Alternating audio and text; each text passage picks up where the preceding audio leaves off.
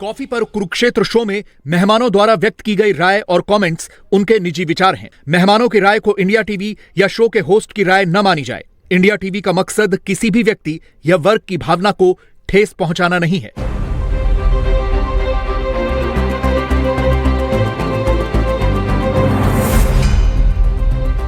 नमस्कार, बहुत स्वागत आप सभी का। आप देख रहे हैं आपका प्रोग्राम कॉफी पर कुरुक्षेत्र में हूं सौरभ आपके साथ। रोज की तरीके से वो प्रोग्राम जब बातें करते हैं बिल्कुल खुल्लम खुल्ला वो बताते हैं आपको जो कोई और नहीं बताता है। प्रदीप सिंह जी प्रोग्राम में आ चुके हैं। सर बहुत स्वागत आपका। दीपक चौरसिया जी आ चुके हैं। दीपक जी का बहुत स्वागत है। और हमारे पॉलिटिकल एडिटर देवेंद्र पराशर आ चुके हैं। बहुत स्वागत देवेंद्र आपका भी। सबके मन में एक ही सवाल है, कौन बनेगा दिल्ली का मुख्यमंत्री? दिल्ली में किसकी शपथ होगी?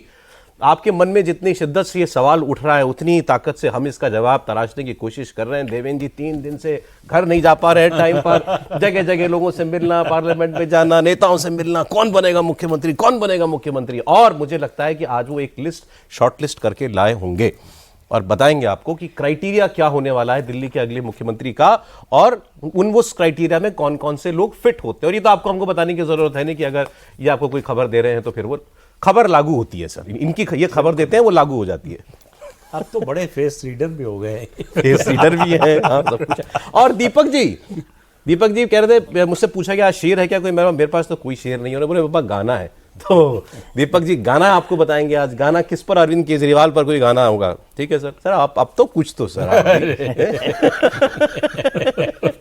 अपनी बीच में रहना चाहिए। और देखिए इसी के साथ पहले हम देवेंद्र जी से पूछेंगे कि इनके हिसाब से कौन बन सकता है मुख्यमंत्री, क्या उसके क्राइटेरिया होंगे। और उसके बाद हम आज खेलेंगे गेम यहाँ पे सर, कौन बनेगा मुख्यमंत्री। ठीक है, उसके ऑप्शंस दूंगा मैं आपको और आपको ऑप्शंस पर टिक हाँ या ना बताना है। ठीक है हाँ देवेंद्र जी बोलिए। तो पहले खबर बताइए, क्या खबर है देवेंद्र जी? जो आपने ये कहा ना कि सबके मन में ये सवाल चल रहा होगा कि कौन बनेगा मुख्यमंत्री, तो जो सबके मन कह रहे हैं उसमें बीजेपी नेताओं को भी जोड़ दीजिए उस सबके में। उनको भी नहीं पता, वो भी अलग अलग जो नेता हैं उनमें से भी किसी को कोई इंडिकेशन नहीं। क्योंकि पहली चीज़ ये है कि प्रधानमंत्री क्योंकि बाहर चले गए हैं फ्रांस और अमेरिका के दौरे पे, तो जब लौट के आएंगे 14 को, तो 15 से पहले दिल्ली में मुख्यमंत्री के नाम का ऐलान नहीं होने जा रहा है। उसके बाद ही सरकार गठन की प्रक्रिया पूरी की। पहले इसी बात का जवाब दीजिए, प्रधानमंत्री के आने का इंतजार क्यों हुआ? मतलब लॉजिस्टिक की बात थी कि भाई नाम तो तय है लेकिन शपथ के लिए इतना समय नहीं था कि प्रधानमंत्री के जाने से पहले शपथ हो जाती, तो इसलिए इंतजार करना पड़ेगा आने का, तो नाम भी तभी डिस्क्लोज हो, या नाम ही तय करने में वक्त लग रहा है? नहीं, बिल्कुल नाम तय नहीं है। उस पर अभी प्रोसेस ही नहीं शुरू हुआ है उस रूप में, गंभीरता वाला स्तर पे। बाकी अलग अलग नेताओं के हिसाब से एक जो विचार मीमांसा की प्रक्रिया होती है बीजेपी में जो चल रही होती है, उस पर ज़रूर वो शुरू हो चुका है। उसके आधार पर हम लोग आगे चर्चा करेंगे कि क्या क्या हो, किन किन बातों पे चर्चा हो रही है। लेकिन गंभीर स्तर पे बैठ के जैसे टॉप लेवल पे ये नाम आ जाए, 3-4 नाम, उस पर डिस्कशन हो, वो अभी नहीं हुआ। उससे नीचे के लेवल पर ये सारे नाम चल रहे हैं। और उसकी वजह ये थी सौरभ कि इतनी जल्दी क्या है, इतनी हड़बड़ी क्या है। किसी भी राज्य में कहीं भी बीजेपी के मुख्यमंत्री को देखें तो इतनी हड़बड़ी में पार्टी कोई फैसला नहीं करती। उसके पीछे रणनीति ये होती है कि जैसे तुरंत से आपने कोई डिसीजन ले लिया तो उसमें एक रिएक्शन का डर होता है। फॉर एग्जांपल, मान लीजिए अभी प्रवेश वर्मा जीते हुए हैं, अभी बहुत हाई हैं, उनके मन में भी आकांक्षाएं होंगी कि मुझे मुख्यमंत्री बनाया जाए। तुरंत से अगर आपने कोई और नाम दे दिया तो वो झटका लग सकता है पॉलिटिकली, उसमें एक रिएक्शन जैसी चीज़ आती है पार्टी में। मैं सिर्फ एग्जांपल दे रहा हूँ प्रवेश वर्मा का। तो उस हिसाब से बीजेपी की रणनीति ऐसी रहती है कि थोड़ा सा कहते हैं ना कि ठंडा करके खाओ। उस लिहाज से पहले नाम चला, फिर नाम उतरा, फिर वो अपने बारे में विचार जाने कि नहीं वो नेता हमारा नाम काट रहे हैं, हमारे बारे में निगेटिव बता रहे हैं। तो वो एक जब पूरी उहापोह की प्रक्रिया चल जाती है, उसके बाद से एक नाम आता है ऊपर से टक, जिसको सब आसानी से स्वीकार। मुझे लगता है कभी कभी बैठ के सोचते हूँ कौन ऐसा आदमी जिसके बारे में कोई नहीं जानता, किसने नाम नहीं सुना होगा कभी, उसको ढूंढो, उसका नाम लाओ। लेकिन दिल्ली में उसकी संभावना कम है कि उस रूप से कोई वैसा एक्सपेरिमेंट करेंगे, उसकी संभावना कम है। दूसरा, क्योंकि एक चैलेंज भी है। चैलेंज ये है सौरभ कि ये जो मैंडेट आया है और जिस प्रकार से बीजेपी अरविंद केजरीवाल को देखती है, वो अरविंद केजरीवाल की राजनीति को नेस्तनाबूद करना चाहिए, खत्म करना चाहिए एकदम से। तो उसके लिए बहुत ज़रूरी है कि आपका मुख्यमंत्री ऐसा हो जो कि पहले दिन से न सिर्फ परफॉर्म करे बल्कि नैरेटिव के स्तर पर भी मैसेज दे उसी लोगों के मन में। जब कंपैरिजन हो कि ये वर्सेस केजरीवाल, तो उसमें फिट बैठे, उसमें एकदम फिट बैठे। तो वो एक चैलेंज ज़रूर है। उस चैलेंज को बीजेपी के नेता, क्योंकि ये सामान्य रिजल्ट नहीं है, कसक के हिसाब से देखें, टीस के हिसाब से देखें, तो मुझे लगता है कि बीजेपी के टॉप लीडरशिप में सबसे ज़्यादा टीस दिल्ली के को लेकर रहती थी। ठीक है सर। मैं इससे पहले कि और देवेंद्र और रहस्योद्घाटन करें, आपको कुछ पता चला हो, कुछ नाम जो गंभीर नाम जिन पर चर्चा चल रही है, या आपको लगता हो कि ये होने चाहिए? नहीं, हम तो वही कल जो बात की थी वही बात है कि कोई बाहर से नहीं होगा, विधायकों में से होगा। एक बात, पूर्वांचली होगा, जो प्रधानमंत्री के भाषण से जो संकेत मिला है। दूसरा, पूर्वांचली में भी ज़्यादा संभावना है कि बिहार का कोई होगा, और उसके अलावा कोशिश होगी अगर ऐसा कोई उम्मीदवार मिल जाता है कि ओबीसी से हो, क्योंकि बीजेपी की प्रायोरिटी लिस्ट में दिल्ली अब नीचे आ गई है, दिल्ली जीत लिया है। तो अब दिल्ली में मुख्यमंत्री के जरिए संदेश देना है दूसरे राज्यों में, तो जो सबसे पहले जहां संदेश जाना चाहिए वो बिहार है, जहां नवंबर में चुनाव होना है। तो बीजेपी बिहार में पोस्ट नीतीश कुमार सिनेरियो पर विचार कर रही होगी, ऐसा मेरा अनुमान है, कोई जानकारी नहीं है। लेकिन उसको मालूम है कि बिहार में अगर बीजेपी को खड़ा करना है तो जेडीयू के पास जो अति पिछड़ा है वो जेडीयू के साथ रहे तब भी, और जेडीयू साथ न रहे तो भी हमारे साथ आना चाहिए, तभी गाड़ी आगे बढ़ेगी। तो ऐसा ना हो कि जेडीयू में कोई बिखराव हो या नीतीश कुमार अचानक संन्यास की घोषणा करें या हट जाएं और वहाँ भगदड़ मचे, उसमें से ज़्यादा लोग जो है आरजेडी की तरफ न चले जाएं। इसको देखते हुए और जिस तरह का मैंडेट आया है, बीजेपी केवल इस चुनाव के नतीजे से ही खुश नहीं होगी, वो चाहेगी कि अब ये परमानेंट हो, लंबे समय तक चले। तो जिस वर्ग ने जिताया है वहाँ और जनाधार को पुख्ता किया जाए, बढ़ाया जाए, इसकी कोशिश। और वो वर्ग आपके हिसाब से पूर्वांचली है? पूर्वांचली, ये प्रधानमंत्री ने कहा, मेरे कहने की बात नहीं है, उन्होंने बड़ा स्पष्ट रूप से कहा। पूर्वांचली जब आप बात करते हैं तब आप किसी धर्म जाति की बात नहीं करते। उन्होंने ऐसे सर तीन वर्गों की बात की थी अपने भाषण में, पूर्वांचली, महिला वोटर, महिला शक्ति और मिडिल क्लास। पूर्वांचली में ये बाकी दोनों भी आ जाते हैं। तो कोई महिला पूर्वांचली होगी? हाँ, हो सकता है। इसमें थोड़ा लिस्ट है, अबे वो जब गेम शुरू होगा सिर्फ तब। इस पे। अच्छा, ठीक है। नाम पे बात बाद में, ठीक है। आपने दो बातें कही आपने, पूर्वांचली होगा, महिला हो सकती है, विधायकों में से ही होगा, मैं नहीं कह रहा हूँ, हो सकता है। हमने कहा हो सकता है, ठीक है, होगा, हो सकता है। और विधायकों में से होगा, मंत्री सांसद उनकी वो अब नहीं वो बनेंगे, ठीक है। दीपक सर? मेरा भी बिल्कुल यही मानना है कि विधायकों में से ही होगा, क्योंकि मात्र 70 विधायक हैं। अगर आप एक सांसद को मुख्यमंत्री बनाकर, अब बीजेपी चाहे तो कुछ भी कर सकती है, एक आप सांसद की का इलेक्शन भी कराएंगे और आप एक विधायक का भी बाय इलेक्शन कराएंगे, तो ये भी एक दिक्कत होगी, जिस दिक्कत में भारतीय जनता पार्टी शायद न पड़ना चाहे। दूसरा, पॉलिटिकल नैरेटिव के हिसाब से पूर्वांचली सबसे बेस्ट बेट है भारतीय जनता पार्टी के लिए, बिहार के चुनाव को ध्यान में रखते हुए, क्योंकि उससे आप जाति जनगणना वाला जो नैरेटिव है कि जाति के आधार पर हम वोटर्स को नहीं देखते हैं, उसको काट सकते हैं। आप बिहार के चुनाव को ध्यान में रख सकते हैं, आप लंबे समय के लिए दिल्ली की राजनीति खेल सकते हैं। लेकिन मेरा सिर्फ डाउट जो नामों पर है वो इसी आधार पर है कि कोई मुझे ऐसा 70 में 48 लोगों में ऐसा चेहरा नहीं दिखाई देता जो खाटी तौर पर पूर्वांचली हो। नामों की बात हम बाद में करेंगे, और वो इस बात की काबिलियत रखता है। हालांकि भारतीय जनता पार्टी नेताओं को बनाती है और इसी तरह से प्रमोट करती है, उनके दिमाग में क्या प्लान है मुझे नहीं पता, और चूंकि इस पर डिस्कशन भी नहीं शुरू हुआ है तो कहीं से खबर बाहर निकल कर आई होगी, इसकी संभावना। आपको कुछ कहना तो कहीं तो फिर मैं शुरू करता हूँ। हाँ, इसमें एक चीज़ जैसे ये जोड़ दूं कि बीजेपी के टॉप जो 3-4 लीडर हैं उनमें से एक ने कैटेगोरिकली कहा था कि नहीं, विधायक में से ही होगा। और उसकी क्या वजह है? उनका ये था कि जरूरत ही नहीं है ना कि कहीं और देखने की, हमारे पास यार डर है कि वो जिसको नहीं, जरूरत नहीं है ना, क्यों चुनाव कराया, बदला केजरीवाल ही लड़ गए दोबारा, वो नौबत क्यों आने देना। दूसरा, उसकी जरूरत क्या है, क्यों ऐसा करेंगे आप? क्या आपके पास कोई ऐसा पोटेंशियल नहीं, कोई ऐसा नहीं कि जीत जाए, एक कोई बात ऐसा बताइए, सूटेबल पोटेंशियल कैंडिडेट आपके पास हो जो सांसद हो या विधायक हो या सांसद हो या मंत्री हो, कोई भी हो? दिल्ली के सारे सातों सांसद को तो आप जानते ही हैं ना, कौन ऐसा सुटेबल हो? सातों आपके दोस्त हैं, क्यों ऐसा कह रहे हैं? नहीं, ऐसा सुटेबल तो नहीं, नहीं है ना अगर कि ऐसा इतनी बड़ी होता तो मजबूरी हो। उनको ऐसा होता तो विधानसभा कोई का चुनाव टिकट लड़ा मिलता। दिया गया होता, लड़ा दिया होता। उसमें सवाल ही नहीं पैदा। मंत्रियों में भी कोई नहीं है। हाँ, रामवीर भदौरी पहली बार के, चंदौलिया पहली बार के, बांसुरी सराज पहली बार की, कैसे मतलब सब? तो विधायक ही होना है ना? हाँ। ठीक है, अब विधायकों की लिस्ट सब मेरे पास है। 48 विधायक जीत करके आए हैं। हमने पूरे 48 तो नहीं है, लेकिन इनको हमने कैटेगराइज किया है, महिला, दलित, ओबीसी, पूर्वांचली, सिख, पंजाबी, वैश्य, ऐसे कैटेगरीज में हमने उनको 7-8 कैटेगरीज में डिवाइड किया है।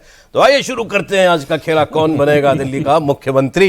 लेकिन आपको ऑप्शन की 4 ऑप्शन की जगह आपको मिलेंगे 40 ऑप्शन। पहले जिस पूर्वांचल पे बात की है, इनाम तो कितना पर्ची है भाई? निकाली। इनाम कितना है ये बताइए? 1 करोड़, 7 करोड़, 5 करोड़, इनाम तो इस तरह के खेल में इनाम तो होता ही है ना भाई। आनंद इनाम होता है, इनाम सोच रहा हूँ मैं भी। अच्छा। ठीक है, तो ये आप इनाम पहले में पूर्वांचल शेयर से सुना शुरू देंगे। करें। पूर्वांचल से पहले शुरू अच्छा। कर लीजिए क्योंकि उसकी बातचीत हो गई है। पूर्वांचल से शुरू करें, चलिए। तो पूर्वांचली महिलाओं से हम, पूर्वांचल में मैं आपको पहले बता दूं कि पूर्वांचल में कोई भी महिला नहीं जीती है चुनाव। हाँ, महिला बीजेपी कोई नहीं की जीती। पूर्वांचली नाम बता रहा हूँ। 3 नाम हैं, अभय वर्मा, चंदन चौधरी और पंकज सिंह। अभय वर्मा इसमें दूसरी बार के विधायक हैं। लक्ष्मी नगर के अभय वर्मा, हाँ, विकासपुरी के पंकज सिंह और संगम बिहार के चंदन चौधरी। चंदन चौधरी, पंकज सिंह और चंदन चौधरी दोनों पहली बार के विधायक हैं। अभय वर्मा दूसरी बार के विधायक हैं। 2 नाम और हैं, करावल नगर के कपिल मिश्रा, चलिए वो तो फर्स्ट टाइम, नहीं, मैं हर नाम कोई बता रहा हूँ पूर्वांचल के मैं तो हिसाब से मैं देख केवल। रहा और घोंडा से अजय महावर, अजय महावर दूसरे टाइप, पार्टी सेकंड उनको उस रूप में नहीं लेती, मतलब कि ये लगभग 17-80 तो साल पूर्वांचलियों में 3 नाम, पंकज चौधरी, उस रूप चंदन में आप कुमार देखिए चौधरी तो, और हाँ। अभय वर्मा। हाँ, बीजेपी के नैरेटिव के हिसाब से मैं बात करूँ, बीजेपी जिनको पूर्वांचल मानती है, ये तीनों के तीनों फॉरवर्ड हैं। तीनों फॉरवर्ड से चंदन चौधरी भूमिहार कम्युनिटी से आते हैं, अभय वर्मा कायस्थ और पंकज सिंह राजपूत कम्युनिटी से आते हैं।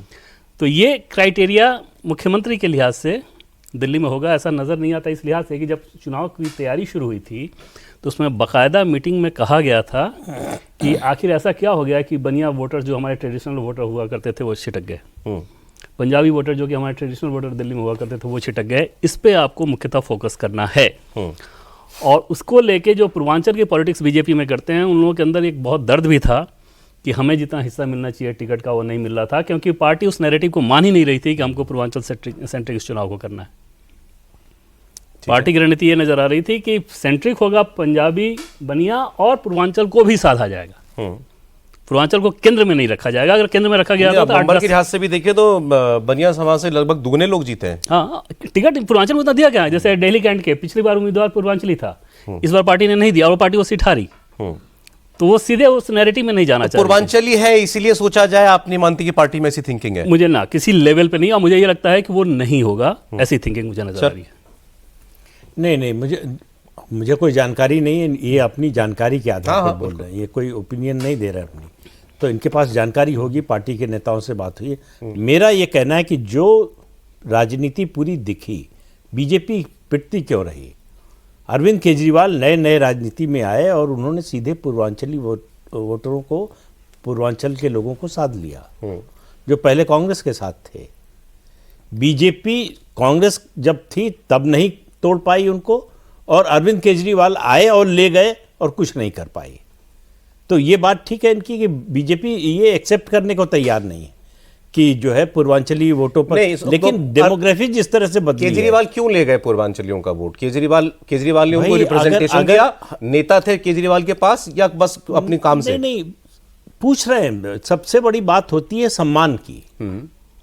आप हमको बुला रहे हैं अपने घर, हम न जाएं, और दीपक जी बुला नहीं रहे हैं हम चले जाएं, ऐसा कैसे हो सकता है? तो हम अगर देख रहे हैं कि ये हमारे प्रति जो है सहानुभूति रखते हैं, हमको जो है सम्मान की नज़र से देखते हैं, और हमको टिकट भी दे रहे हैं, हमको कार्यकर्ता भी बना रहे हैं, हमको पदाधिकारी भी बना रहे हैं, तो जाहिर है झुकाव उधर होगा। 25-30% वोट है पूर्वांचलियों का दिल्ली के अंदर, और वो एक एम्ब्रेला है जिसमें जाति भी आती है जो है, और आप कहें महिला पुरुष सब कुछ, आप और दलित भी आते हैं, सबको आप समेट पाते हैं एक शब्द बोलने से। दिलचस्प अब ये था भाई, दिल्ली एक वक्त कहा जाता था कि पंजाबियों की है दिल्ली, बिल्कुल। वो बदल गया। आज लगभग पूर्वांचलियों की हो चुकी है दिल्ली। इसमें एक दिलचस्प ये था कि जब टिकट देना था तो उस समय पूर्वांचल के जिस सीट पे, जैसे 51 सीट ऐसी हैं ना जो हमेशा हम लोग चर्चा करते रहे, जिसमें 5% से लेकर 35% तक पूर्वांचली वोटर्स हैं, लेकिन जैसे ही टिकट की बात आती थी तो पार्टी उस बात को, उस तर्क को एक्सेप्ट नहीं करती थी। जैसे सारा टिकट सामने आ गया, तुरंत हुआ कि यूपी बिहार के 150 पूर्वांचली नेताओं को बुलाओ, इन 51 विधानसभा सीटों पे सबको लगाओ, एक यूपी का एक बिहार का नेता, तब उपयोगिता समझ में आने लगी थी। लेकिन टिकट बांटने के समय वो उपयोगिता नजर नहीं इंपॉर्टेंस आई। मालूम है, वोट का वजन मालूम है, फिर क्यों नहीं सोचना इस बारे में कि और अब तो रिजल्ट भी देख चुके, रिजल्ट से भी दिख रहा है तो नहीं, बाकी पंजाबी बनिया का भी रिजल्ट तो अच्छा ही है ना, जैसे 29 में से अच्छा, वही कैच 22 सिचुएशन है, हाँ, किसको नहीं, दे, नहीं, दूसरे को ऐसा है कैसे कि जो मैंडेट मिला है सबका समर्थन मिला है, ये नहीं कह सकते मुस्लिम को छोड़ दीजिए, तो सबका 29 समर्थन में मिला 18 है। हैं पंजाबी।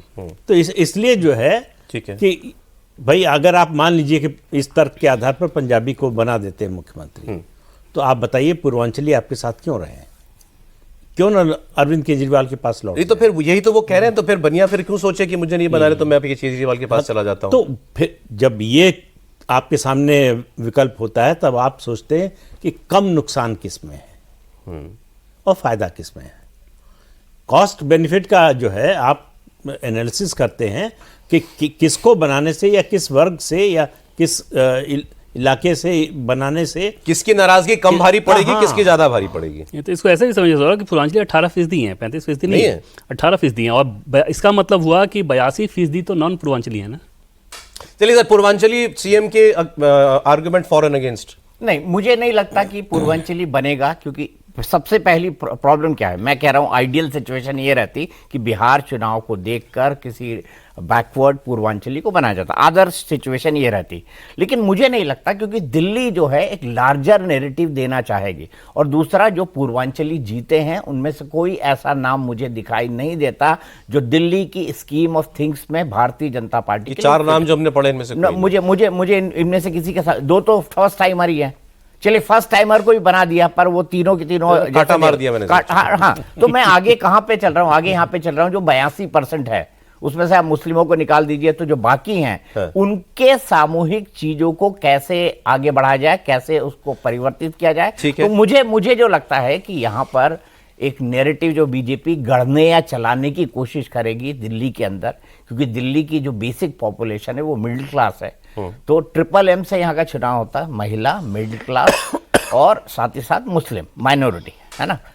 तो मुझे जो संभावना नजर आती है वो एक ऐसा नाम लेकर आएंगे जो कास्ट नैरेटिव के हिसाब से भी फिट बैठता हो और देश के नैरेटिव के हिसाब से भी फिट बैठता हो, जो एक लार्जर नैरेटिव देता है। चलिए तो फिर महिला की बात करते हैं भाई। महिला सीएम देना किसी भी प्रदेश में जो है एक आपको और अभी भारतीय जनता पार्टी की कहीं भी महिला मुख्यमंत्री नहीं है, ये भी एक मुद्दा है। चार महिला विधायक जीती हैं इस बार भारतीय जनता पार्टी से। रेखा गुप्ता जीती हैं शालीमार बाग से। रेखा गुप्ता के बारे में मैं आपको बता दूं, सबसे सीनियर महिला विधायक हैं ये। इनके अलावा एक नीलम पहलवान है। 2 पे ही चर्चा कीजिए, नीलम पहलवान और वो पूनम शर्मा, इनको छोड़ दे, पढ़ देता हूँ नाम में। नीलम पहलवान नजफगढ़ से, शिखा राय ग्रेटर कैलाश से, जिन्होंने इनको हराया है सौरभ भारद्वाज को, ये पार्षद रही हैं शायद, तो इनके पास वहां का थोड़ा अनुभव है। और एक पूनम शर्मा। हाँ, तो चलिए रेखा गुप्ता और शिखा राय, इन दोनों के नाम की चर्चा चल रही है ना। बिल्कुल, उन 4 में से 2 एकदम नहीं हो। पूनम शर्मा पहली बार जीती है, नीलम पहलवान जिस बैकग्राउंड से आती है पहलवान फैमिली, उसमें चर्चा में भी नहीं आएंगी। शिखा राय और रेखा गुप्ता, इसमें रेखा गुप्ता आगे रहेंगी इस लिहाज से कि अगर आपको बढ़िया महिला बनाना हो तो रेखा गुप्ता जो कि स्टूडेंट पॉलिटिक्स में रही हैं, डूसू की प्रेसिडेंट रही हुई हैं, वो प्रदेश में यहाँ से महिला और वैश्य कार्ड दोनों टिक हो जाते हैं। प्रदेश की टीम में भी हैं, राष्ट्रीय संगठन में भी महिला मोर्चा में उपाध्यक्ष हैं, तो वो वर्सटाइल एक्सपीरियंस है उनके पास और खांटी बीजेपी की हैं। जैसे कि मैंने कहा आपको कि स्टूडेंट पॉलिटिक्स से डूसू की प्रेसिडेंट रही हैं, तो वो एक नाम है जो कि अगर बढ़िया महिला बनाना हो तो उसमें सीधे सीधे रेखा गुप्ता। अगर पंजाबी महिला बनाना हो तो शिखा राय। शिखा राय भी वैसे ही खाटी संगठन से हैं एकदम से, लेकिन पंजाबी कम्युनिटी से आती हैं, तो वहाँ ये देखना होगा कि इन दोनों ऐसा अनुभव की मतलब आप देख सकते हैं उनको। हाँ, लंबे समय से दोनों के पास है। दोनों अच्छा है, दोनों अच्छी वक्ता हैं, अच्छा बोलती हैं। और GK1 के बारे में, हालांकि मुझे बीजेपी का एक धर्मेंद्र प्रधान को छोड़ दीजिए, धर्मेंद्र प्रधान के ऊपर जिम्मेदारी थी GK1 और मालवीय नगर की, तो उन्होंने रिजल्ट से पहले भी कहा था कि मैं शर्त लगाता हूं कि GK1 हम लोग जीत रहे हैं। उनके अलावा कोई नेता हमको ऐसा नहीं मिला था जो कि GK1 जीतने की बात कह रहा हो। तो शिखा राय कमजोर तरफ पे थी, किस्मत उनकी बड़ी अच्छी है। किस्मत जब अच्छी हो तो कहां तक जा सकती है पता नहीं। सर, 2 महिलाओं की बात हुई, महिला विधायकों की जो जीत करके आई हैं probable candidate for CM. Rekha Gupta Vysya community से, शिखा राय पंजाबी कम्युनिटी से।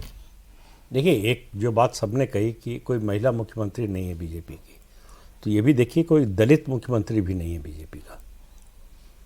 पहले तो महिला दलित बात क्यों कर लें, फिर दलित पे चलते हैं। नहीं, नाम साहब है मेरे पास सर, ऑप्शन सारे हैं आज। तो जो नाम आप बता रहे हैं उसमें देवेंद्र ने उसको जो और शॉर्टलिस्ट कर दिया, छोटा कर दिया है, 4 से 2 कर दिया है। और दोनों के जो उनकी पृष्ठभूमि है जिस तरह की संगठन की, ये भी बात मुझे लगती है कि जो भी बनेगा मुख्यमंत्री संगठन का व्यक्ति होगा।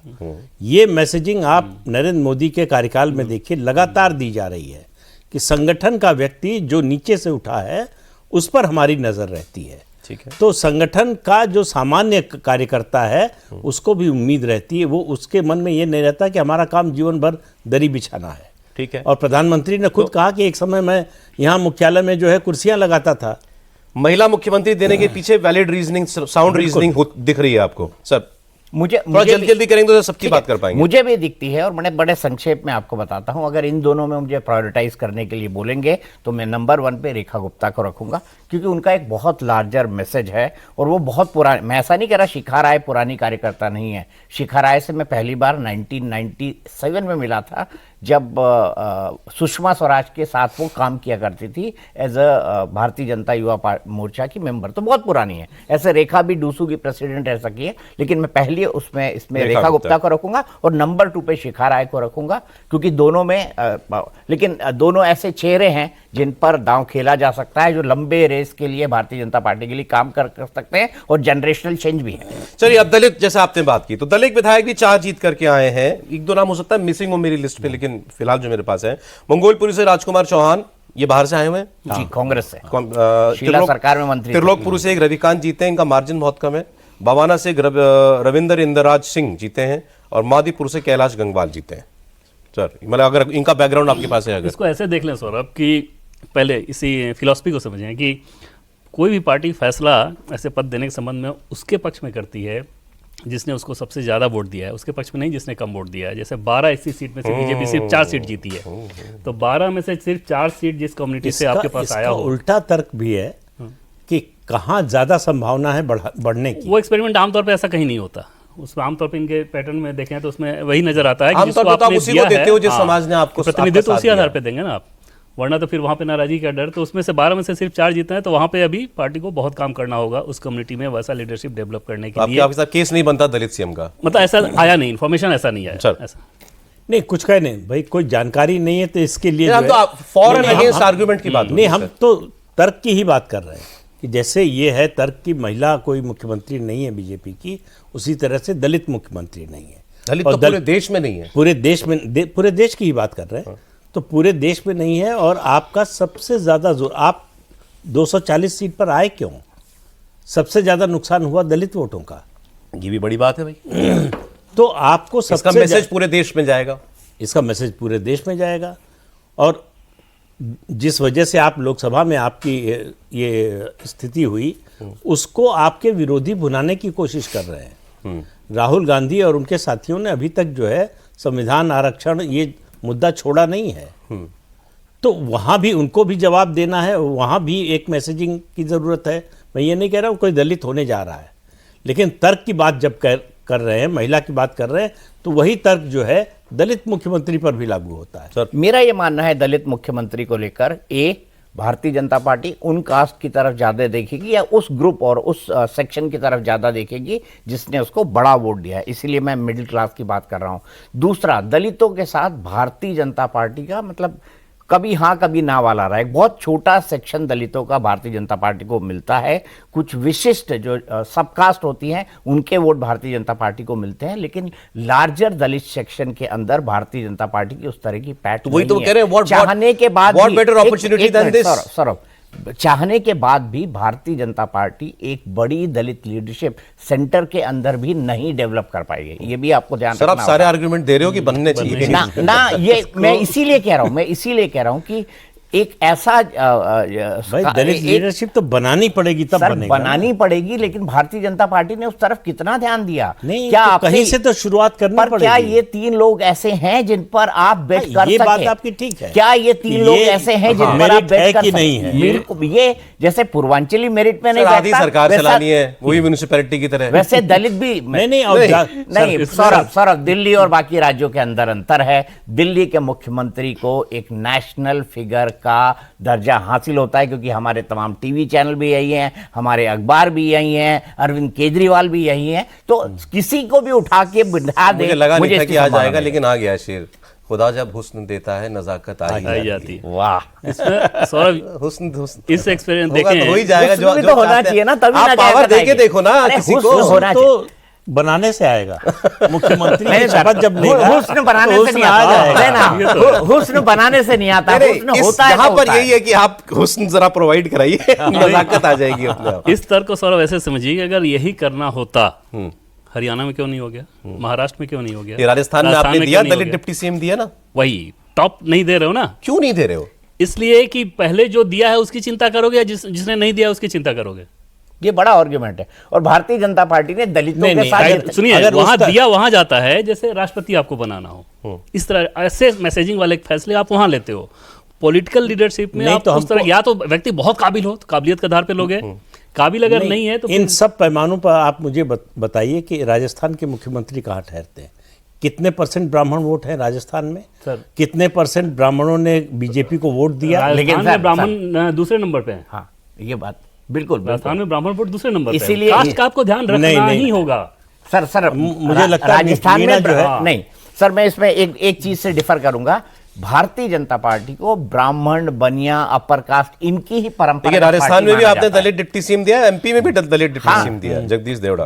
तो मैं आपको ये कह रहा हूं कि भारतीय जनता पार्टी जो है ब्राह्मण, बनियों इनकी ही पार्टी मानी जाती है और अपर कास्ट की मानी जाती है, supported by some section of OBC, जिसको भारतीय जनता पार्टी बढ़ाना चाहती है। और दलितों के साथ भारतीय जनता पार्टी और आरएसएस ने जितने भी एक्सपेरिमेंट आज तक किए हैं, आप उनको नॉशनल तो बना सकते हैं, ये आपने दलित राष्ट्रपति बना दिया, आपने आदिवासी राष्ट्रपति बना दिया, ये एक अच्छा है। लेकिन क्या उस तरह की पॉलिटिकल लीडरशिप डेवलप किए बिना आप किसी को भी उतार देंगे दिल्ली के मुख्यमंत्री के तौर पर? मुझे आप संभावना ना सबको के बराबर सुनने के लगती बाद है। मेरी ओपिनियन तो यही बन रही है कि भाई जहां जिस सेक्शन में, और वो बहुत बड़ा सेक्शन है और कमजोर सेक्शन है, उसको अगर आप रियल पावर की कोई पोजीशन देते हो तो बहुत अच्छा मैसेज जाएगा। अब वो अलग बात है कि आपके पास कैपेबल आदमी होना चाहिए, ठीक है। अब फॉर एंड अगेंस्ट आर्गुमेंट दलित मुख्यमंत्री के आपके आ गए, पूर्वांचलियों की हम लोग बात कर चुके हैं, महिला विधायक की बात हुई, दलित विधायक की बात। अब पंजाबी एंड सिख, ये बड़ी चर्चा चल रही है। पंजाबी वोट तो अच्छा खासा है दिल्ली में। हाँ, अरे 29 में से 18 बीजेपी की जीत हासिल हुई है। 29 में से 18 18 पंजाबी सीटों पर जीती है। सिख नहीं, पंजाबी। हाँ, पंजाबी और सिख विधायक भी जीत करके आए। हमने दोनों को अलग अलग ही रखा हुआ है। तो बीजेपी, पहले सिख की बात कर लेते हैं। बीजेपी के 3 सिख विधायक जीत करके आए इस बार। मनजिंदर सिंह सिरसा रजौदी गार्डन से, अकाली दल से आए थे अभी। तरविंदर सिंह मारवा जंगपुरा से, कांग्रेस से आए हैं। अरविंदर सिंह लवली गांधीनगर से, ये भी कांग्रेस से आए हैं। तो इंसिडेंटली तीनों सिख विधायक भाजपा के वो बीजेपी बैकग्राउंड के नहीं है। लेकिन इमेजिन करें आप उस सिनारियो को कि दिल्ली एक सिख को अगर बना पाए दिल्ली का मुख्यमंत्री, क्या मैसेज जाएगा पंजाब में? पंजाब को वू करने की, साधने की क्या क्या कोशिश नहीं कर चुके 10 साल प्रधानमंत्री समेत पूरी पार्टी। कांग्रेस ने 10 साल सिख को प्रधानमंत्री बना के रखा है और 0 की 0 पर रही दिल्ली में। अब मैसेजिंग की बात हो रही है तो सर फिर अच्छा, और एक बात मुझे बताइए, पूर्वांचली बना करके बिहार में इफेक्ट हमको मिलेगा ये सोचेंगे? बिल्कुल नहीं। यहाँ सरदार को बना करके क्यों नहीं हमको? वो आइडिया भी ठीक नहीं है। बिहार का मुख्यमंत्री बिहारी होगा, उसमें ये साधने की जरूरत नहीं है कि दिल्ली में हम बिहारी मुख्यमंत्री दे रहे हैं। आपने यादव मुख्यमंत्री क्यों दिया एमपी में? मध्य प्रदेश के लिए दिए या बाकी जगह के लिए दिए, लेकिन रीजन वाइज दिल्ली में हम बिहारी मुख्यमंत्री दे के बिहार इलेक्शन में फायदा उठा लें, ऐसा मुझे लगता है कि बीजेपी का एक भी नेता नहीं सोचेगा। कोई किसी को बना देने से उसे दूसरे राज्य में, उस राज्य में फायदा नहीं मिल जाता। इस मैसेज की जरूरत भी नहीं है। केवल मैसेजिंग की बात होती है। मैसेजिंग की बात कर रहा हूं। तो ये भी एक ऐसी कम्युनिटी है जो जिसका एक सेक्शन आपसे नाराज है। सौरभ, सिख कम्युनिटी का। सिख की मैं एक बात कर लूं, ठीक है, सिख पूरे देश में फैले हुए हैं पर बहुत छोटा परसेंटेज वोट है। भारतीय जनता पार्टी पंजाब में, सर, लेकिन एक पूरा स्टेट है उनके पास। एक मिनट सुनिए ना, संगठन के लेवल पे 0, ताकत के लेवल पे 0, अलायंसेस के लेवल पे 0, अकाली दल गिरती हुई, कांग्रेस थोड़ा बढ़ती हुई, मतलब गिर चुकी। वो मतलब दिल से, नजरों से भी गिर गई है लोगों के। अकाली दल की हालत है। प्रकाश सिंह पंजाब में राजनीति नहीं करनी क्या? नहीं, राजनीति नॉन करनी सिख है। पॉलिटिक्स, पंजाब में बीजेपी की जो पॉलिटिक्स है नॉन सिख पॉलिटिक्स है सौरभ। वो आपका सिख बेस, अगर politics- आपको हिंदू वोट नहीं मिलेगा तो सिख वोट नहीं मिलेगा। पंजाब से तरंग चुकाते हैं, उनको बीजेपी ने जनरल सेक्रेटरी बनाया, किसी सरदार को नहीं बनाया। और उनका जो इलेक्शन, उनका जो स्ट्रैटेजी था वो ये था कि सिख वोट जो लेके आएंगे वो प्रकाश सिंह बादल लाएंगे और जो बाकी हिंदू सेक्शंस का वोट है वो भारतीय जनता पार्टी लेकर आएगी। लेकिन मुझे नहीं लगता अपना सिख लीडर, अपना सिख वोट नहीं चाहिए। 2000 अपना सिख लीडर ही नहीं है, सबसे बड़ी समस्या ये जो 3 नाम लिए, इनमें से कौन बीजेपी का है? मैं तो हरदीप पुरी का भी नाम लेने चाहता था, लेकिन आपने कह दिया कि विधायक ही होगा। अब देखिए, ये तीनों अलग अलग पार्टियों से क्या, अकाली दल से एक आए, 2 लोग कांग्रेस से आए। तो कभी ऐसा नहीं हुआ कि Bharatiya Janata party deputy CM के लिए कोई सिख चेहरा? मुझे नहीं लगता कि दिल्ली की में 2 विधानसभा सीट पे फर्क पड़ना है, उसके लिए ये प्रायोरिटी डिप्टी सीएम के लिए हो, क्योंकि ये सर याद रखिए कि सिर्फ 7 ही मुख्यमंत्री सहित मंत्री बनने हैं। तो जो भी आपको मैसेजिंग का काम करना है ना, तो पहले आपके जो बड़े पॉकेट्स हैं, जहां आपकी ज्यादा चिंता आपको होगी, उसको आप सेटिस्फाई डिप्टी सीएम होगा या नहीं होगा दिल्ली में? वो हो सकता है, हो सकता है। वो हो सकता है। लेकिन सिख उसमें से होगा, ये नहीं आपको नहीं लगता? वो मंत्री बन जाए अधिकतम, ये होगा। दूसरा एक चीज़ और ध्यान रखिए कि मुख्यमंत्री बनाने को लेकर जब हम लोग बात करते हैं तो बहुत सारी चीज़ें जो कि हम लोग कह नहीं सकते, उसकी पड़ताल भी की जाती है। हाँ, उसके आधार बैकग्राउंड पे पूरा फैसला- चेक होता उसके है। आधार पे फैसला लिया जाता है। ठीक है, तो आप बता रहे हैं बैकग्राउंड का। रिपोर्टर की 100 मजबूरियां होती नहीं। छुपाना भी इंडिया नहीं टीवी आता, रिपोर्टर- बताना भी इंडिया नहीं टीवी आता, रिपोर्टर कोई मजबूरी नहीं होती। हमें तुमसे मोहब्बत है। ठीक, पंजाबी वो विधायक ज्यादा आए होंगे, मेरी लिस्ट में 4 ही हैं। मोतीनगर से हरीश खुराना, ये मदन लाल खुराना के बेटे हैं। इनका एक ऑडियो भी रिलीज हो गया था अभी पिक्चर बड़ा भयानक।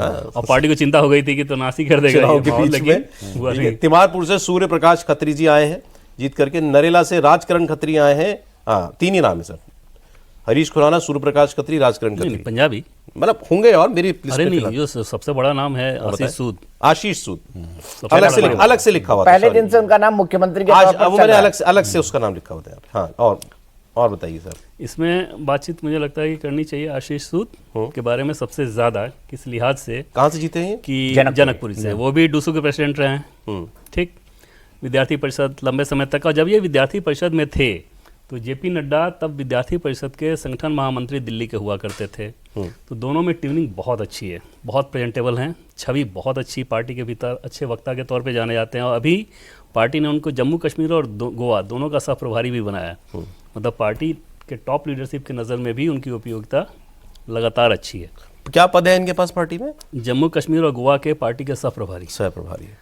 और आप समझ सकते हैं कि जम्मू कश्मीर जैसे राज्य में भी सह प्रभारी बनाया जा रहा है, गोवा जैसे राज्य में भी। पार्टी के टॉप लीडरशिप की नज़र में उनका टैलेंट और एकदम खाटी विद्यार्थी परिषद के बीजेपी परिवार के व्यक्ति, बहुत अच्छे वक्ता हैं, छवि अच्छी है। और इस समय बीजेपी में विद्यार्थी परिषद की खूब चल रही है। और आप यंग फेस है या यही यंग फर्स्ट Young एकदम face है। young, बहुत डायनामिक। मैं 91-92 के आसपास ये डूसू के प्रेसिडेंट रहे होंगे। और जब डूसू प्रेसिडेंट भी रहे थे तो आमतौर पर जैसे इनके डूसू के विद्यार्थी परिषद के इनसे पहले जो प्रेसिडेंट थे हरिओम, या इनके बाद जो अवधेश, उन दोनों के समय में भी जब छवि की तुलना होती थी तो सबको ये कहता था कि आशीष सूद सबसे बेहतर है। तो वो अपनी छवि का बहुत ध्यान रखते हैं। अभी भी जैसे इतना सब कुछ चल रहा होगा, उनको आप कहीं नहीं देखेंगे कि किसी नेता के यहाँ जाके मिले और ये कहें कि मुझे मुख्यमंत्री बना एक दीजिए। सॉफ्ट प्रेजेंटेबल मॉडर्न सा चेहरा है। बहुत एकदम, मतलब मुख्यमंत्री के हिसाब से जो काबिलियत दिल्ली का मुख्यमंत्री दिल्ली का जैसा होना चाहिए वो सब। कॉस्मोपॉलिटन थोड़ा सा था। टिपिकल मिडिल क्लास और टिपिकल डेलीआइट, ये भी okay, typical middle class, typical तो इनके डेलीआइट। आगे मैं डबल स्टार लगा रहा हूँ।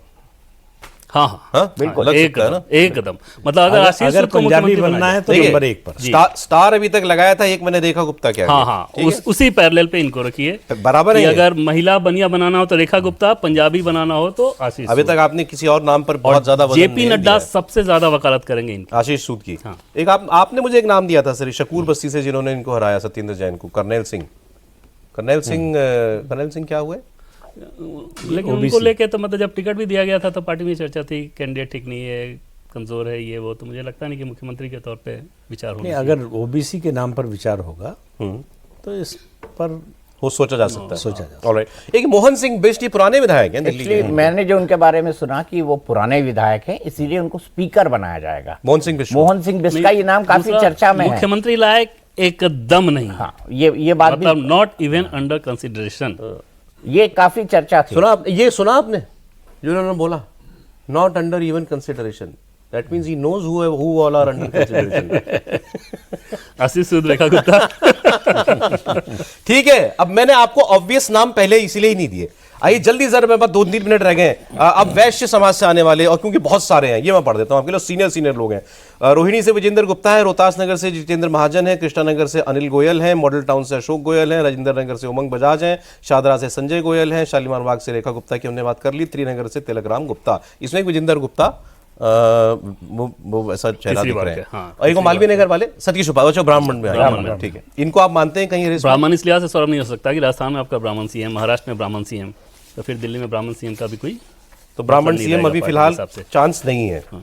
चलिए दो ठीक राज्य में है। अभी आपने दे विजेंद्र रखा है। गुप्ता का तीसरी बार के विधायक हैं तो निश्चित तौर पे वेस्ट कम्युनिटी में अच्छा, इस बार भी बहुत बड़े मार्जिन से जीत के आए हैं तो वो है। लेकिन मुख्यमंत्री के तौर पे इनके नाम को लेकर आगे बढ़ाया जाएगा। मुझे लगता है कि पार्टी जब फैसला लेगी तो शायद रेखा गुप्ता को ज़्यादा मुफीद मांगेगी पॉलिटिकली। लेकिन मतलब चर्चाओं में उनका नाम हो सकता है। चर्चा में रख सकते हैं, लेकिन हाँ, डिसीजन मुश्किल होगा। ब्राह्मण चेहरे मैंने लिखे थे। आर के पुरम से अनिल कुमार शर्मा, वजीरपुर से पूनम शर्मा, उत्तम नगर से पवन शर्मा, विश्वास नगर से ओपी शर्मा, पुराना नाम है, हरिनगर से श्याम शर्मा, मालवीय नगर से सतीश उपाध्याय, पार्टी के प्रेसिडेंट भी रहे। सतीश उपाध्याय ब्राह्मण के चलते, क्योंकि ब्राह्मण है ना, तो ब्राह्मण मुझे नहीं लगता है होगा। कि महाराष्ट्र में आपने ब्राह्मण सीएम दिया है ऑलरेडी, राजस्थान में सर सटा हुआ प्रदेश। मुझे भी नहीं लगता। कि ब्राह्मण बनेगा कोई। हाँ। सर? मुझे भी नहीं लगता। और जहाँ तक आपने विजेंद्र गुप्ता और वो पूर्वांचली में भी नहीं आते। वो तो आगरा के रहने वाले हैं। हाँ, तो दूसरा विजेंद्र गुप्ता जिस जनरेशन की भारतीय जनता पार्टी आप बात कर रही है था, वो जनरेशनल चेंज में जो एक है जनरेशन पीछे के हैं। जी, वे विजेंद्र गुप्ता उस हिसाब से एक जनरेशन पीछे हो जाते हैं। तो मुझे इसकी संभावना कम दिखाई दी। मैं नहीं कह रहा हूँ ना के बराबर है, कम दिखाई देती है। अभी भी मैं कहूंगा कि टॉप पे अगर भारतीय जनता पार्टी के कौन कौन ज्यादा टिक कर रहा है, तो उसमें जो नाम हमने उसमें डिस्कस किए हैं, उसमें आशीष सूद और रेखा गुप्ता। चलिए, अब ये जाट विधायक जो जिनकर गए हैं, परवेश वर्मा जायंट किलर, इनके अलावा मुंडका से गजेंद्र दराल, नजफगढ़ से नीलम पहलवान, इनकी हमने बात कर ली। नांगलोई जाट से मनोज कुमार शौकीन, मटियाला से संदीप सहरावत, बिजवासन से कैलाश गहलोत बाहरी हैं, रिठाला से कुलवंत रावण। परवेश वर्मा ही है इसमें से एक नाम मेरे ख्याल से। हाँ, इसमें तो सबसे बड़ा नाम निश्चित तो तौर इनका पर मैं प्रवेश वर्मा 1 का 2 ही है। 3 कितने स्टार लगाऊं मैं?